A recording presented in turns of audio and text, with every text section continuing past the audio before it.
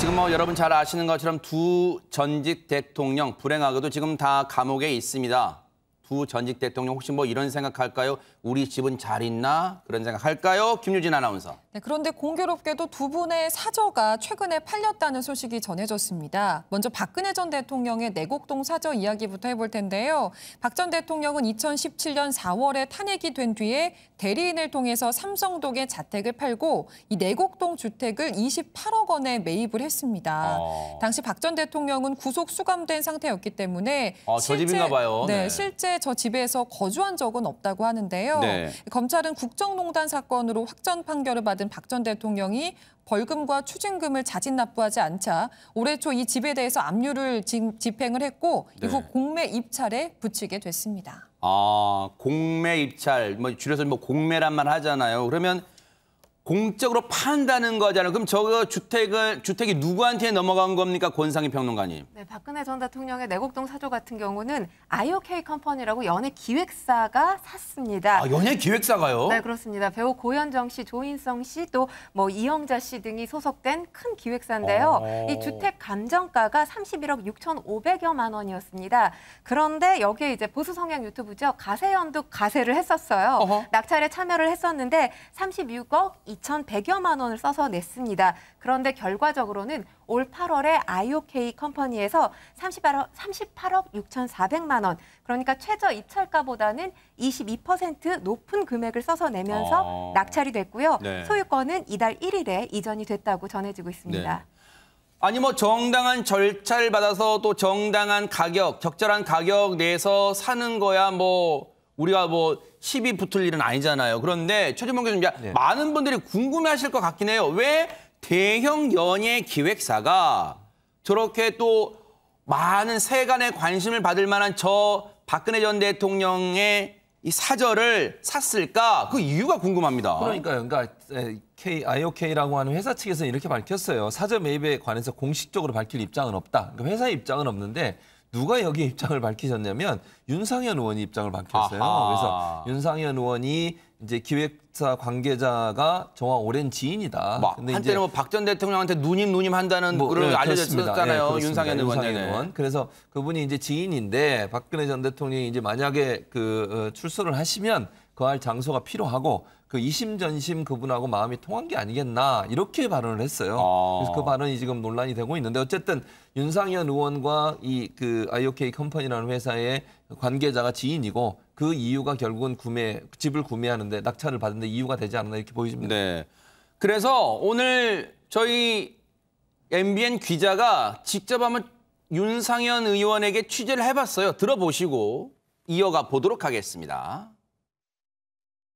일단 저의 오랜 지인이고 저하고의 의리를 중시하는 사람이고 또 박 대통령이 지난 4년 반 이상 억울한 옥살이를 하고 있고 풀려나신 후에 이 거처할 집도 없는 이 마당에 어떻게든 잘 모셔야 되지 않겠냐라는 그런 생각을 가지고 저와 이심점심 통하는 그런 지인이 그걸 낙찰을 받게 됐습니다. 그러면 최진봉 교수님, 제가 이 짧은 머리로 이해를 하자면 저 윤상현 의원의 말은 박 전 대통령이 나중에 이 수감이 생활에서 끝내고 나왔을 때 갈 곳이 없을 수 있으니까 저곳을 일단 저 대형 기획사를 통해서 사둔 다음에 나중에 저곳을 다시 이제 모신다. 그런 계획이에요? 그렇죠. 그럼 윤상현의 말을 들어보면 그 얘기예요. 그러니까 박근혜 전 대통령에서 저걸 사놓은 거고 본인이 산 건 아니지만 지인이고 또 의도 자체는 사실 박근혜 전 대통령이 만약에 이제 출소를 하게 되면 그때를 대비해서 이걸 미리 사놓는 거 아니겠습니까? 혹시나 이게 낙찰이 딴 사람한테 되면 다른 사람 못 사게 하려고? 그렇죠. 이제 그런 의도가 있다고 보여지는데 저는 모르겠어요. 본인이 사는 거니까 제가 이래라 저래라 얘기할 수 있는 문제는 아닌가. 다만 이제 이런 연예 기획사의 대표가 이런 걸 사게 되면 그 기획사가 영향을 받게 되고 그 기획사에 있는 이제 배우들이나 아니면 연예인들도 영향을 받게 돼서 그렇게 좋은 이미지가 생기진 않지 않겠나는 우려는 있습니다. 그러니까요.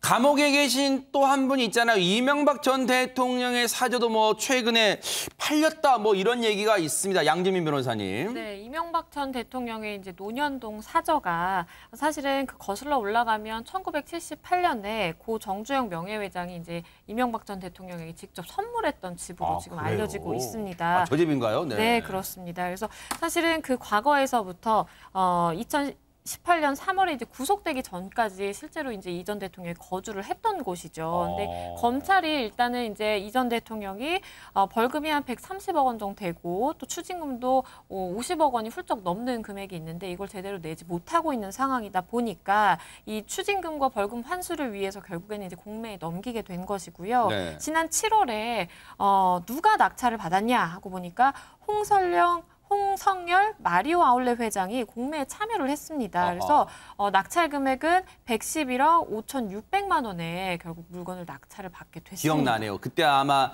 뉴스가 크게 났었어요. 저 111억에 팔렸다고. 근데 최재문 교수님 어쨌든 집 한 채 값이 111억. 와, 좀 어마어마합니다. 어마어마하죠. 일반인들은 뭐 상상도 할 수 없는 금액 아니겠습니까? 네. 그러니까 그 큰 금액을 쓸 수 있는 사람은 결국 이제 기업을 하는 사람 이런 사람일 수밖에 없는데 이분이 특이한 게 이제 홍성열 마리오 아울렛 회장이라는 분이 부동산 구매를 했는데 정치인과 관련된 집들을 구매한 게 좀 많이 있어요. 지금 이명박 전 대통령뿐만 아니라 2015년도에 오해되는 검찰이 매물로 내놓은 전두환 전 대통령의 장남이 소유했던 허브 농장이 있거든요. 그 허브 농장을 118억 원에 매입을 했고요. 2017년 박근혜 전 대통령 삼성동 사저, 지금 이제 내곡동으로 옮기기 전에 살았던 곳이죠.